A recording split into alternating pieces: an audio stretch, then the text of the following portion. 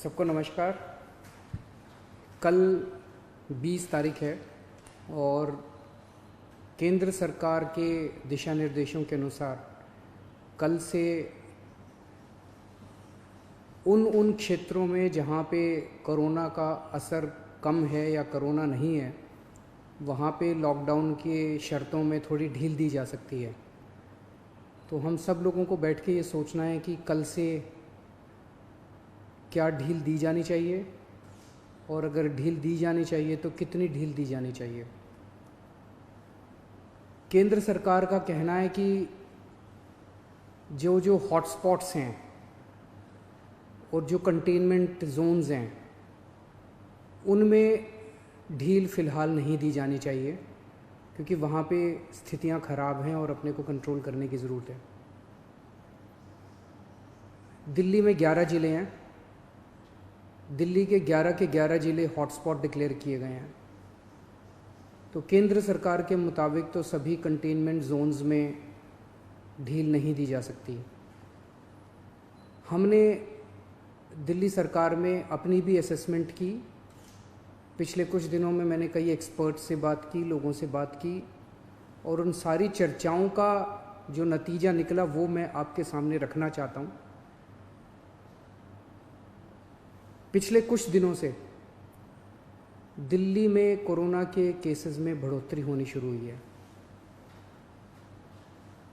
हमने टेस्ट भी ज़्यादा करने चालू किए हैं। पिछले कुछ दिनों में हमने काफ़ी टेस्ट किए हैं दिल्ली के अंदर, और कोरोना के केसेस में बढ़ोतरी भी चालू हुई है। कल हमारे पास 736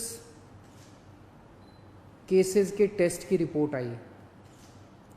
उन 736 में से 186 कोरोना के मरीज़ निकले, यानी कि 25% लोग कोरोना के मरीज़ निकले। 186 तो काफ़ी ज़्यादा है। ये 186 के 186 सभी एसिम्प्टोमेटिक हैं। इनमें किसी में भी सिम्टम्स नहीं है। किसी को बुखार नहीं है, किसी को खांसी नहीं है, किसी को सांस की शिकायत नहीं थी। उनको पता ही नहीं था कि उनको कोरोना है। उनको पता ही नहीं था कि वो कोरोना लेके घूम रहे हैं इधर उधर।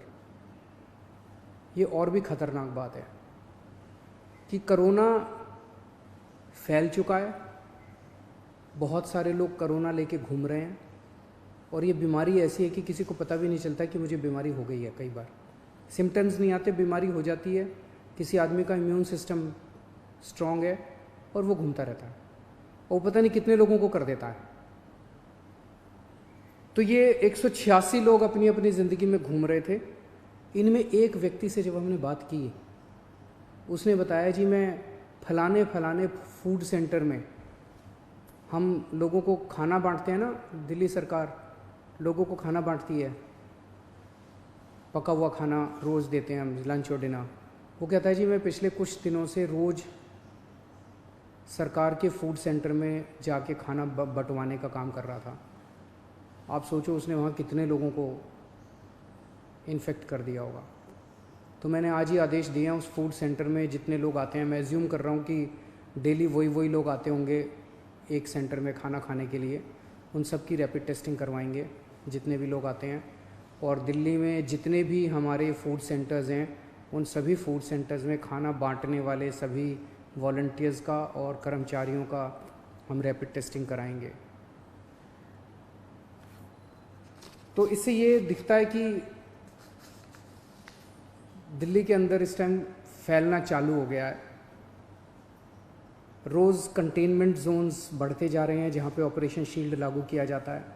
आज की डेट में 77 कंटेनमेंट जोन बन गए हैं दिल्ली के अंदर। हमने कंटेनमेंट जोन्स में रैंडम टेस्टिंग कराई थी। कहीं से 200 का सैंपल लिया, कहीं से 180 का सैंपल लिया, कहीं से, वहाँ पे रैंडम टेस्टिंग कराई थी। वहाँ पे निकल के आया कि कुछ कंटेनमेंट जोन्स जहाँ पे लोगों ने बात मानी, लोगों ने अनुशासन का पालन किया, लोग अपने अपने घरों में रहे, वहाँ पे एक भी नया केस नहीं आया। लेकिन जहाँ लोगों ने बात नहीं मानी और लोग गलियों में निकल आए, हम उस कंटेनमेंट जोन के अंदर किसी को नहीं आने देते, बाहर किसी को नहीं जाने देते, लेकिन अंदर लोग एक दूसरे के घर में जाते रहते हैं। लोग नहीं मानते, काफ़ी उनको मनाने की कोशिश की जाती है, सख्ती करने की कोशिश की जाती है, लेकिन कई जगह लोग नहीं मानते। जैसे मैंने कल आपको जहांगीरपुरी का उदाहरण दिया। जहांगीरपुरी की एक गली, उसके अंदर एक ही परिवार के कई सारे घर थे, चाचे मामे ताया ये सब, उनमें एक ही परिवार के 26 केस पॉजिटिव निकले, क्योंकि वो माने ही नहीं। कंटेनमेंट जोन होने के बावजूद वो एक दूसरे के घरों में जाते रहे। तो जहाँ जहाँ कंटेनमेंट जोन में लोगों ने बात मानी है, वहाँ एक भी नए केस नहीं मिले, और जहाँ लोगों ने बात नहीं मानी, वहाँ पे कुछ कंटेनमेंट जोन्स में कई नए केस निकल के आए हैं।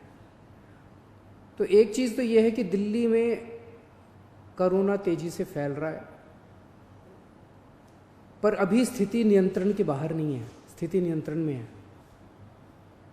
स्थिति चिंताजनक है, पर घबराने की ज़रूरत नहीं है। अपने को सबको अनुशासन में रह के इसको कंट्रोल करने की ज़रूरत है। आज दिल्ली में टोटल 1893 केस हैं, मोटा मोटा 1900 मान लो, 1900 केस हैं। 1900 में से 26 आईसीयू में हैं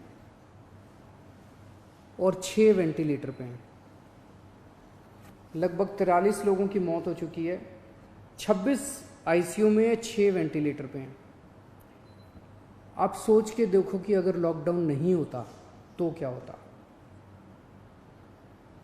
दूसरे देशों का जो हाल है, भगवान ना करे अगर ऐसा अपने देश में होता, अगर लॉकडाउन ना होता, मान लो 3000 लोगों को आईसीयू की ज़रूरत पड़ जाती, मान लो 2-2.5 हज़ार लोगों को वेंटिलेटर की ज़रूरत पड़ जाती है, और ज़्यादा लोगों को।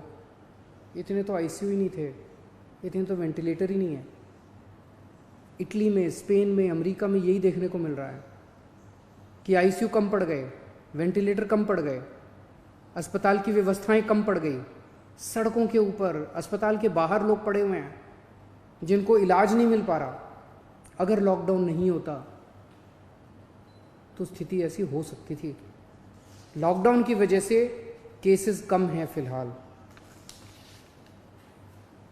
आज दिल्ली में पूरे देश की 2% जनसंख्या रहती है, लेकिन पूरे देश के जितने कोरोना के मामले हैं उसका 12% मामले कोरोना के दिल्ली में हैं। क्यों? दिल्ली देश की राजधानी है, इसीलिए दिल्ली को कोरोना की सबसे मुश्किल लड़ाई इस टाइम दिल्ली लड़ रही है। पिछले 2-2.5 महीने के अंदर विदेशों से जितने लोग आए वही लेके आए कोरोना विदेशों से, अपने देश में तो था नहीं। जितने विदेशों से लोग आए, सबसे ज़्यादा लोग दिल्ली में आए, क्योंकि दिल्ली देश की राजधानी है, अंतर्राष्ट्रीय एयरपोर्ट और भी कई जगह है, लेकिन सबसे ज़्यादा लोग यहाँ आते हैं। सबसे ज़्यादा लोग यहाँ आए, उनको हमने क्वारंटाइन में रखा, लेकिन उसके पहले नहीं रखा था, बाद में आई गाइडलाइंस। तो सबसे ज़्यादा मार दिल्ली को बर्दाश्त करनी पड़ी। मरकज़ के अंदर जो इंसिडेंट हुआ उसका भी सबसे ज़्यादा मार दिल्ली को बर्दाश्त करनी पड़ी। इसे दिल्ली पे सबसे बड़ी जिम्मेदारी पड़ी। तो आज जब ये निर्णय अपने को लेना है कि कल से कुछ ढिलाई देनी है कि नहीं देनी, मैं भी देना चाहता हूँ ढिलाई। इतनी सख्ती बड़ी मुश्किल हो जाती है। कैसे लोगों का गुजारा चलेगा, कैसे लोगों की रोजी रोटी चलेगी, कैसे लोगों का घर चलेगा। लोग बहुत मुश्किल में हैं, बच्चों के स्कूल बंद है। हम भी ढिलाई देना चाहते हैं, लेकिन ढिलाई देना बड़ा आसान है, और ढिलाई दे दी और स्थिति बहुत ख़राब हो गई, और उसके बाद अगर आईसीयू कम पड़ गए और अस्पताल के बेड कम पड़ गए और वेंटिलेटर कम पड़ गए और ऑक्सीजन कम पड़ गई और पता नहीं कितनी अगर जानें चली गई, तो हम कभी अपने आप को माफ़ नहीं कर पाएंगे।